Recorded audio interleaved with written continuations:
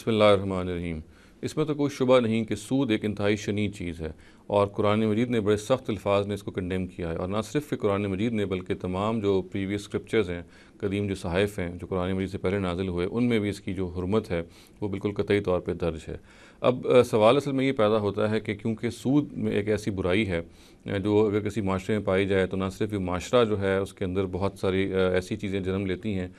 जो अखलाकी तौर से ठीक नहीं है, बल्कि इसके साथ साथ फ़र्द के अंदर भी बहुत सारे अखलाकी फ़साद पैदा होते हैं। तो सूद अपनी नेचर में चूँकि एक कर्ज़ का मामला है, यानी आप एक शख्स को कर्ज़ देते हैं और कतई नज़र इसके कि उस शख्स की सूरत हाल क्या पैदा होती है कि वो कर्ज़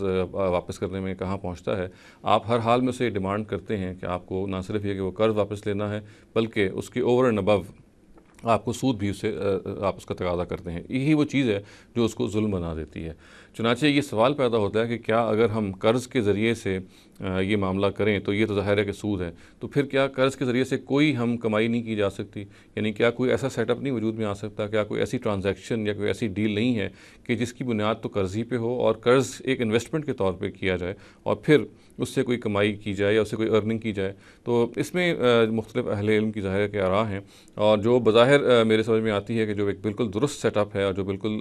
दीनी लिहाज से इस पर कोई एतराज़ नहीं किया जा सकता है, वो ये है कि अगर आपने कर्ज़ के ज़रिए से कमाई करनी है, यानी आपने लोन के ज़रिए से, यानी लोन को एक इन्वेस्टमेंट के तौर पे ट्रीट करना है और लोन के ज़रिए से आपने कमाई करनी है और ऐसे करनी है कि वो सूद भी ना बने, तो फिर उसकी जो शक्ल समझ में आती है वो ये है कि पैसा जो है वो आप कर्ज़ दें, ज़ाहिर है जिस जिस मकसद के लिए आपने कर्ज़ देना है। मिसाल के तौर पर किसी कारोबार में अगर आपने कर्ज़ देना है, कारोबारी कर्ज़ अगर आप किसी को दे रहे हैं और उसके साथ जो आप माहिदा करें वो ये होगा कि अगर तो नफ़ा होगा उसको, जो भी ज़ाहिर है कि उसमें नफ़े की शरह है, उसके हवाले से आप ये तय कर सकते हैं कि मिसाल के तौर पे 5% या 10% नफ़ा का जो शरह है वो जो कर्ज़ देने वाला है उसकी होगी, और अगर नुकसान होगा तो फिर ये नुकसान तकसीम नहीं होगा, यानी नुकसान के सूरत में उसको कोई नफ़ा नहीं दिया जाएगा। तो दूसरे लफ्ज़ों में हम ये कह सकते हैं कि अगर कर्ज़ इस तरह से दिया जाए कि कर्ज़ किसी कारोबारी जगह पे या किसी इन्वेस्टमेंट स्कीम में लगाया जाए और उसमें अगर तो सिर्फ प्रॉफिट हो, अगर सिर्फ नफ़ा हो और उस नफ़े का कुछ परसेंटेज तय कर लिया जाए, तो इस पर कोई एतराज़ नहीं किया जा सकता। हाँ, इसके अंदर जो एतराज़ बनता है वो तब बनता है कि अगर उसके लॉस में भी आप कर्ज़ जो जो कर्ज़ देने वाला है वो हर हाल में ये कहे कि अगर लॉस हो रहा है तब भी मैं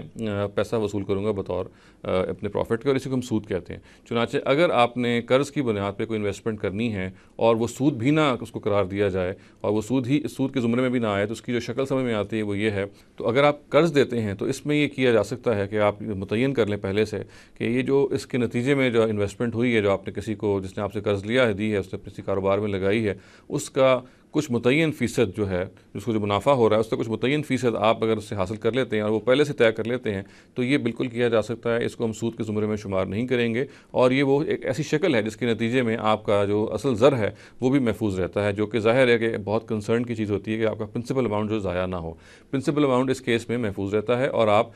शरीक हो जाते हैं दूसरे आदमी के साथ बाई तौर कि अगर नफ़ा होगा तो आपको परसेंटेज मिलेगी, अगर नफ़ा नहीं होगा, उस शख्स को लॉस होगा, तो फिर आपका कोई हक़ और कोई इस्तेहकाक कायम नहीं होगा। अक़ूलु क़ौली हाज़ा वस्तग़फ़िरुल्लाह ली व लकुम व लिसाइरिल मुस्लिमीना वल मुस्लिमात।